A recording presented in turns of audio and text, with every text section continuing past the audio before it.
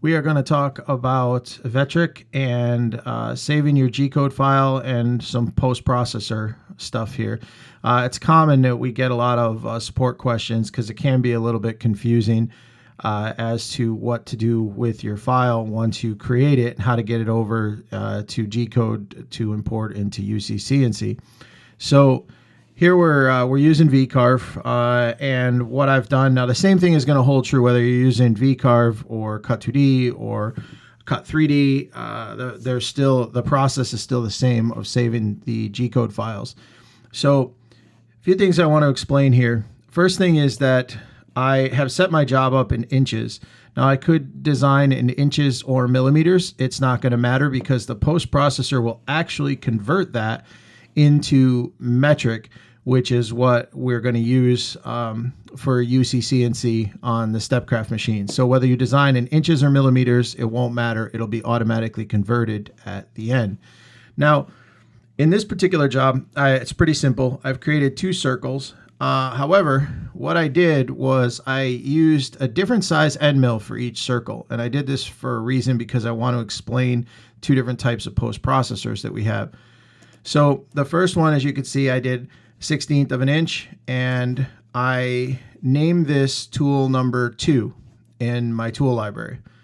And the second, or perimeter, I named 1/8 of an inch, and I named this tool number 1 in my tool library. So when I go ahead and I preview this, I can preview the 1/16 inch hole, and then I can preview the 1/8 inch hole. So that's my job. Now, the next thing I need to do is I need to output this file so that I can run it on my STEPCRAFT machine. So what I'm going to do is I'm going to go here to Save Toolpath. And right now it says I have output all visible toolpaths into one file. Now, if I were to select, because right now it says no visible toolpaths are selected. So what I want to do is I'm going to select both of these toolpaths, and you're going to notice that I've got an error here. It says the visible toolpaths use different tools, and the selected post processor does not support tool changing. That's because we're using an ARCS metric post processor, and there is a second STEPCRAFT post processor. It's the UC CNC ATC ARCS. ATC stands for Automatic Tool Changer. Now you'll notice if I select this post processor, the error goes away. And basically what it's going to do is it's going to take both of these toolpaths and it's going to save it into one file. And the post processor will put the code in to let the machine know to grab tool number 1 for the 1/16 inch hole and then put it back. Grab tool number 2 to do the 1/8 inch hole before it finishes the job. So that is what the ATC ARCS post processor means. Now, if I was only going to do, if I didn't have a tool changer, let's talk about that for a second, then I couldn't use the ATC. I'd have to use the ARCS, and then I come back to this error. So what I'm going to do here is I would deselect one of the files, and you notice the error goes away. It's telling me that I'm saving the profile 1/16 end mill, and you can verify right here that it is in fact a 1/16 of an inch end mill. So what I would do is I can go over here and I could save this toolpath to file, and then I can uncheck that and select the second one, and you can verify it's 1/8 inch end mill right here, and I could click save this toolpath to a file. And now I have two files saved, so I would put the 1/16 inch bit into my machine, and I would run the first file, and then I would do a tool change, and I would put the 1/8 inch bit, and I would run the second file. So that's the difference between the ARCS and the ARCS ATC. Now, one thing that is kind of confusing here for a lot of people is that if you look at the post processor library here in Vectric, you could see they've got a ton of different post processors for a wide variety of different CNC machines that comes installed on their software.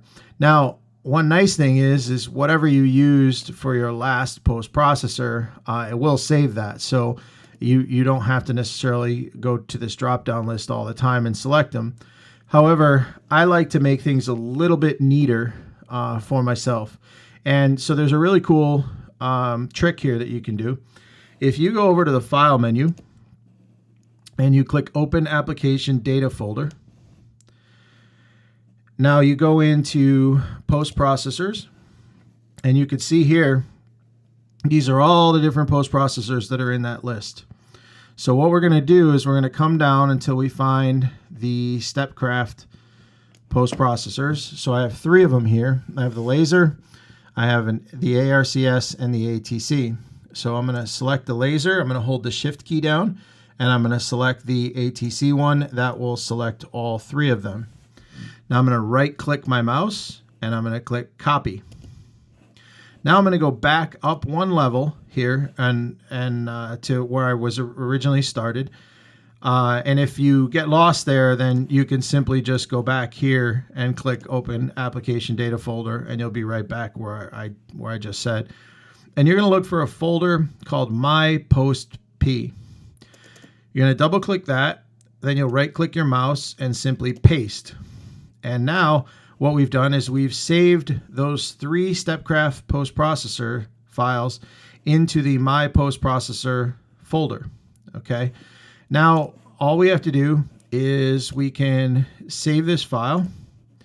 In order for this to work, you have to restart your vCarve. So I'm going to close this, and then I am going to simply restart this.